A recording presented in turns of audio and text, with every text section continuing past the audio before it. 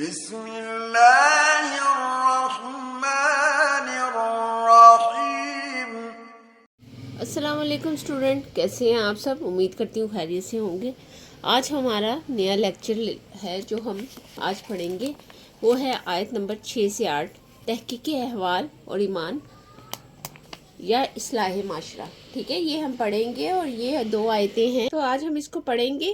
آج کا جو لیکچر ہے وہ تھوڑا مختصر ہوگا، زیادہ لینتھی نہیں ہے، تو آپ اسے غور سے دیکھیے گا۔ بسم اللہ الرحمن الرحیم۔ یا ایھا الذین آمنوا، اے ایمان والو، ان جاکم، اگر آئے تمہارے پاس، فاسقن، کوئی جھوٹا فاسق، بنبائن، خبر لے کر، فتبینوا، تو اب خوب کر تحقیق کر لیا کرو، ان یہ کہ تصیبو، تم ضرور پہنچاؤ، قوم بجہالت، نادانی سے، وتصبحوا، پھر ہو تم، علی پر ما فعلتم، جو تم نے کیا، نادم، شرمندہ، وعلموا، اور جان لو، نہ فیکم، یہ کہ تمہارے درمیان، رسول اللہ، اللہ کا رسول، لو، اگر وہ تمہارا کہا نہیں مانے، لو یطیعکم، اگر وہ تمہارا کہا مانے، فی میں، کثیرن، اکثر، من الامر، کاموں میں، لعنتہم، البتہ تم اذا میں پڑھو، لعنتم، البتہ تم اذا میں پڑھو، ولیکن، اور لیکن، اللہ تعالیٰ، حببہ،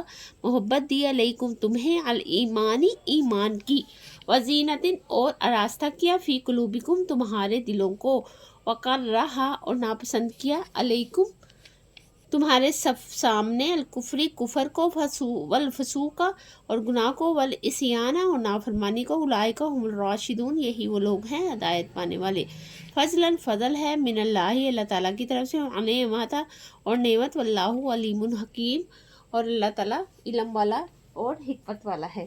ٹھیک ہے، یہ ہو گیا اس کا لفظی ترجمہ۔ آپ پڑھتے ہیں اس کا بامحاورہ ترجمہ۔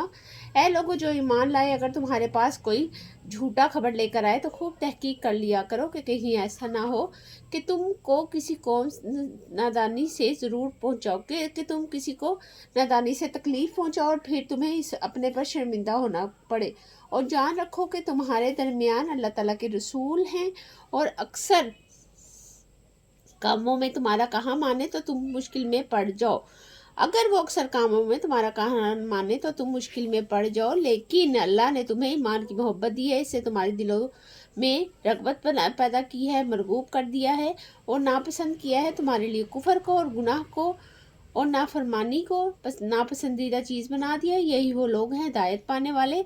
انہی لوگوں پر اللہ تعالیٰ کی طرف سے فضل اور رحمت ہے، اور اللہ تعالیٰ جاننے والا اور حکمت والا ہے۔ ٹھیک ہے، یہ یہاں تک ہو گیا اس کا ترجمہ۔ آگے ہم پڑھیں گے عربی قواعد۔ عربی قواعد میں کیا ہے؟ عربی قواعد میں ہے، سب سے پہلے فعل ماضی کو الگ کیا ہے جس میں آمن ہوا، انتم ہے، من میں جو ہے انتم الگ کیا ہے، زینتہ میں زینہ جو ہے وہ فعل ماضی ہے، ہو اس کی ضمیر ہے۔ فعل مضارع میں کیا ہے؟ تصیبو، سب سے پہلے آپ کیا کریں گے؟ اس کی مشق کریں گے جو پیچھے ہمارے پاس ترجمہ گزرا ہے۔ فتبینوا میں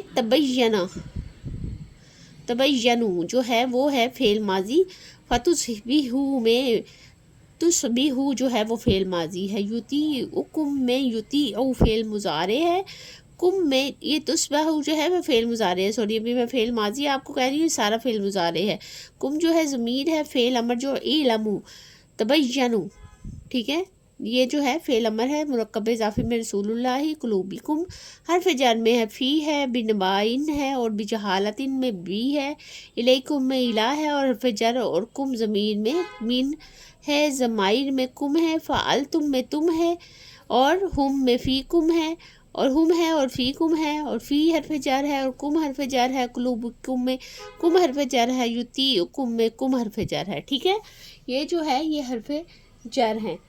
تشریح اب اس کی کیا ہے، تفسیر اس کی کیا ہے وہ پڑھتے ہیں۔ آیت نمبر 6 میں ہے تحقیق کرنا ضروری ہے، یعنی جھوٹے کی کوئی بھی بات آئے، کوئی جھوٹا لے کر تو اس کی تحقیق کر لو۔ اس آیت میں بتایا گیا ہے کہ جب کوئی بد خصلت اور فاسق آدمی کوئی خبر لے کر آئے تو اس کی تحقیق کے بعد قبول یا رد کرنا چاہیے، یعنی آپ پہلے اس کی تحقیق کریں گے تو اس کی بات کو مانیں گے یا نہیں مانیں گے۔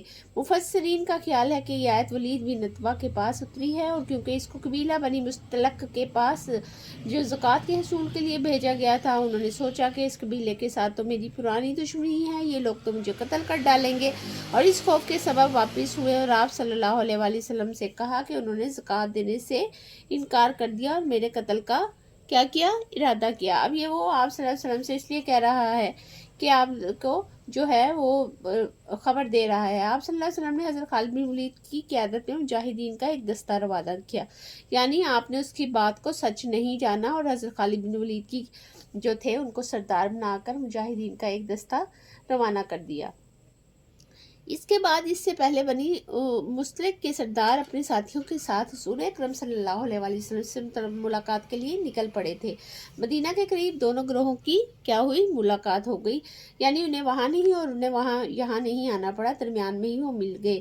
رئیس سے قبیلہ حارث بن زرار نے مجاہدین سے پوچھا کہ تم کس کی طرف بھیجے گئے ہو؟ انہوں نے کہا آپ کی طرف، کیونکہ آپ نے نہ صرف زکوٰۃ کا انکار کیا ہے بلکہ رسول اللہ صلی اللہ علیہ وآلہ وسلم کے قاصد و ولید بن عقبہ کو قتل کرنا چاہا۔